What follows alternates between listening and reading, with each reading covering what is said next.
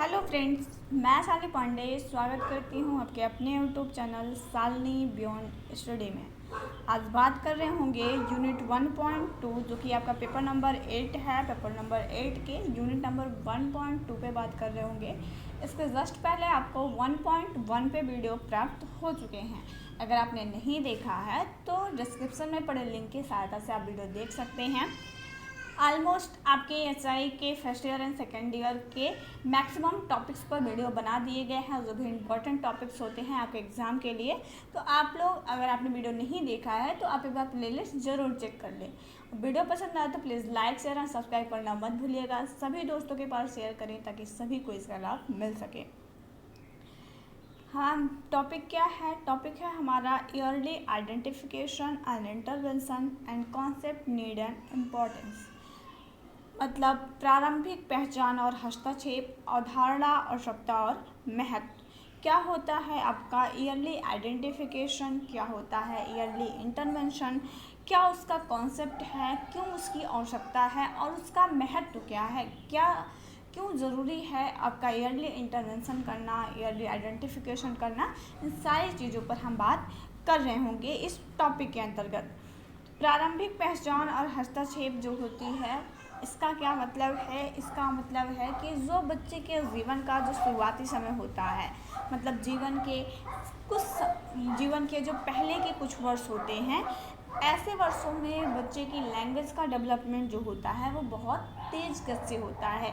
आपने पढ़ा होगा कि बच्चे की भाषाई विकास के लिए जन्म से लेकर 5 साल तक का समय जो होता है वो बहुत ही ज़्यादा इम्पॉर्टेंट होता है। तो ये 5 वर्ष तक का समय जो है वो लैंग्वेज डेवलपमेंट के लिए बहुत ही ज़्यादा इम्पॉर्टेंट है। तो इसी उम्र में बच्चे की अगर हम पहचान कर लेते हैं तो यही पहचान कहलाता है प्रारंभिक पहचान। ठीक है, तो प्रारंभिक पहचान क्या है? बचपन जीवन के जो शुरुआती वर्ष होते हैं उन शुरुआती वर्षों में बच्चे की जो पहचान की जाती है, उसकी दिव्यांगता की जो पहचान होती है उसको ही कहते हैं प्रारंभिक पहचान। क्योंकि इस जो वर्ष होता है जीवन का कुछ इम्पॉर्टेंट जो ये शुरुआती वर्ष होते हैं, ये बच्चे के ऑल ओवर डेवलपमेंट के लिए बहुत ही ज़्यादा अच्छे माने जाते हैं। ये एक क्रिटिकल पीरियड होता है बच्चे के लैंग्वेज डेवलपमेंट के लिए। सुनने या बोलने में किसी भी देरी या हानि के दीर्घकालिक परिणाम हो सकते हैं। अगर मान लीजिए कि आप ईयरली आइडेंटिफिकेशन नहीं करते हैं और बच्चे में हेयरिंग लॉस होता है तो इससे बच्चे को बाद में चलकर एक गंभीर समस्या का सामना करना पड़ जाता है। किसी भी अक्षमता की हम जितनी जल्दी पता लगाते हैं, अगर हम किसी भी बीमारी का या किसी भी अक्षमता का जितनी जल्दी से जल्दी पता लगाएंगे, हम बच्चे के विकास में उस विकास के परिणामों में सुधार करने के लिए उतनी ही जल्दी उचित हस्तक्षेप भी प्रदान कर सकते हैं। कहने का मतलब ये है कि हम जितनी जल्दी बच्चे को जो है जितनी ही जल्दी हम बच्चे की बीमारियों का पता लगाएंगे, बच्चे की दिव्यांगता का पता लगाएंगे तो उसके विकास में भी हम उसकी हेल्प कर सकते हैं और उसके और भी जो परिणाम होते हैं जैसे उसका शैक्षिक स्तर भी हम डेवलप कर सकते हैं। जिस भी प्रकार की जो हस्तक्षेप सेवाएँ हैं, हस्तक्षेप सेवाओं का मतलब है कि बच्चे की आवश्यकता के अनुसार जो भी सुविधाएं हैं वो हम बच्चे को प्रदान कर पाएंगे अगर हम सही समय पर शीघ्र पहचान और सही समय पर शीघ्र हस्तक्षेप करते हैं। तो सुनने और बोलने की अक्षमता वाले बच्चों के जो शुरुआती पहचान और हस्तक्षेप की आवश्यकता विशेष रूप से बहुत ज़्यादा होती है। ऐसे बच्चे जो कि सुनने और बोलने में अक्षम होते हैं, ऐसे बच्चों के लिए जो शुरुआती वर्ष होता है वो बहुत ही ज़्यादा इम्पॉर्टेंट होता है। तो इस वर्ष में अगर हम शीघ्र पहचान और शीघ्र हस्तक्षेप करते हैं तो वो बच्चे के लिए बहुत ही ज़्यादा लाभदायक होगा। उचित समर्थन के बिना ये बच्चे संवाद करने, सामाजिक संबंध विकसित करने और शैक्षणिक सफलता को प्राप्त करने में संघर्ष करते हैं।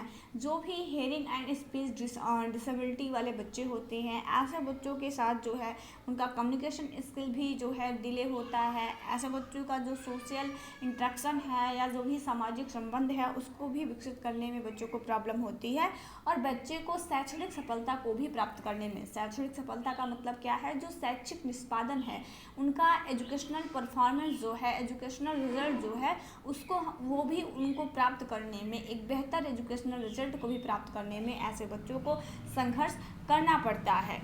सुनने और बोलने की अक्षमता वाले बच्चों की जल्द पहचान करके उचित हस्तक्षेप करके बच्चे की भाषाई कौशल को विकसित कर सकते हैं। लेकिन अगर हम बच्चे की शुरुआती समय में ही प्रारंभिक पहचान करके प्रारंभिक हस्तक्षेप करते हैं तो इससे हम बच्चे का जो भाषाई कौशल है, बच्चे का जो लैंग्वेज डेवलपमेंट है, वो भी हम बेहतर कर सकते हैं। बच्चे का कम्युनिकेशन स्किल, बच्चे का लैंग्वेज डेवलपमेंट, ये सारी चीज़ों को हम सही समय पर विकसित कर पाएंगे अगर हम प्रारंभिक पहचान और प्रारंभिक हस्तक्षेप करते हैं। तो इससे क्या होगा, बच्चा एक सामाजिक संबंध, एक अच्छा सामाजिक संबंध भी बना सकेगा।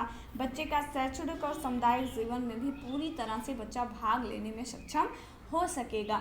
अगर हम सही समय पर पहचान करेंगे तो हम कह सकते हैं कि हम बच्चे के ऑल ओवर डेवलपमेंट को विकसित करने में एक महत्वपूर्ण भूमिका निभा सकते हैं। लेकिन अगर ऐसे बच्चे जो कि हेयरिंग एंड स्पीच डिसेबिलिटी से रिलेटेड हैं, इनकी देर से पहचान होती है, तो ऐसे बच्चों का सोशल इंटरेक्शन भी प्रभावित होगा, ऐसे बच्चों का एजुकेशनल परफॉर्मेंस भी प्रभावित होगा, ऑल ओवर डेवलपमेंट बच्चे का प्रभावित हो जाएगा।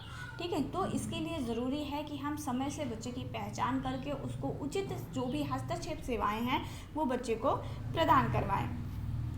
अच्छा, कुछ अनुसंधान, कुछ शोध, कुछ रिसर्च ऐसा भी बताते हैं कि जिन बच्चों को सुनने और बोलने की अक्षमता के लिए प्रारंभिक हस्तक्षेप प्राप्त होता है उनके पास बेहतर भाषा कौशल, बेहतर शैक्षणिक परिणाम और हस्तक्षेप मिलता है। मतलब ऐसे बच्चे, शोध ये बताते हैं कि जिन बच्चों को प्रारंभिक पहचान मिल जाती है या फिर जिन बच्चों का शुरुआती समय में ही पहचान हो जाती है, हस्तक्षेप सेवाएं उनको शुरुआती समय मिल जाती है, तो ऐसे बच्चों का जो लैंग्वेज डेवलपमेंट है वो भी बेहतर होता है। ऐसे बच्चों का एजुकेशनल परफॉर्मेंस भी अच्छा रहता है, ऑल ओवर डेवलपमेंट ऐसे बच्चों का अच्छा होता है। प्रारंभिक हस्तक्षेप जीवन में बाद में अधिक गहन और महंगे हस्तक्षेप की आवश्यकता को भी कम कर सकता है। अगर प्रारंभिक हस्तक्षेप किया जा रहा है तो इससे क्या होगा, जो कि महंगी दवाइयाँ या फिर बाद में जैसे जो हियरिंग एंड स्पीच डिसेबिलिटी का क्रिटिकल कंडीशन होने पर जो हमें महंगा खर्चा करना पड़ता है वो उससे हम बच सकते हैं अगर हम शुरुआती समय में किसी भी दिव्यांगता की पहचान कर लेते हैं। जब वो दिव्यांगता माइल्ड लेवल पर है, अगर तभी हम उसको पहचान कर लेते हैं तो जो बहुत ज़्यादा आर्थिक बोझ है वो भी कम हो जाएगा। कुल मिलाकर हम कह सकते हैं कि सुनने और बोलने की अक्षमता वाले बच्चों के शुरुआती पहचान और हस्तक्षेप यह सुनिश्चित करने के लिए आवश्यक हैं कि भाषा के विकास, शैक्षणिक सफलता और सामाजिक भावात्मक कल्याण के मामले में उनके पास सर्वोत्तम संभव परिणाम है। अगर बच्चे का सही समय पर पहचान, सही समय पर इलाज हो जाता है तो उससे बच्चे का भाषाई विकास, शैक्षणिक विकास, उनका सामाजिक भावात्मक विकास, सभी प्रकार के डेवलपमेंट के लिए एक सर्वोत्तम समय, एक सर्वोत्तम अवसर जो है वो मिल जाता है। प्रारंभिक पहचान और हस्तक्षेप श्रवण यंत्र, कर्णावध प्रत्यारोपण, भाषण चिकित्सा और अन्य सहायक उपकरणों सहित सहायता प्रदान करके इन जोखिमों को कम करने में मदद कर सकता है। अगर बच्चे का सही समय पर प्रारंभिक पहचान हो जाएगी तो उसके लिए जो भी इंस्ट्रूमेंट है या जो भी उसके लिए उपकरण लाभदायक हो सकता है, जैसे एक हेयरिंग इम्पेयरमेंट पर्सन के लिए उसका हेयरिंग एड ज़्यादा इम्पोर्टेंट होता है, उसका भाषाई चिकित्सा इम्पॉर्टेंट होती है, उसका श्रवण प्रशिक्षण इम्पॉर्टेंट होता है। तो सही समय पर पहचान करके हम बच्चे को ये सारी जो सुविधाएँ हैं, हस्तक्षेप सुविधाएँ हैं, ये हम बच्चे को प्रदान कर सकते हैं और उसके जीवन में जो आगे चलकर उससे कठिनाइयाँ हो सकती थी उससे भी हम उसको बचा सकते हैं।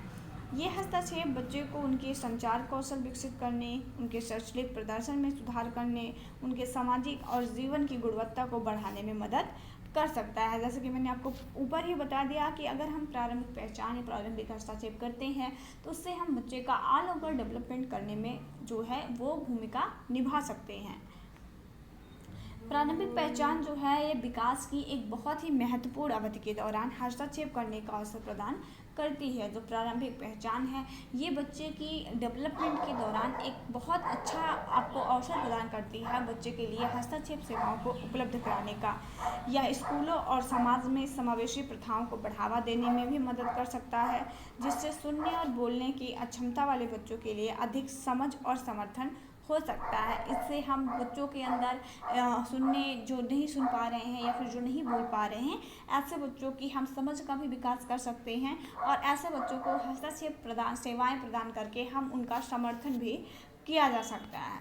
तो ये था आपका पूरा 1.2 जो कि आई होप आपको क्लियर हो गया होगा। फिर भी अगर आपको कोई भी डाउट रह जाता है तो आप कमेंट बॉक्स में उसको डाल दीजिएगा, आपके प्रश्नों के जवाब आपको ज़रूर मिल जाएंगे।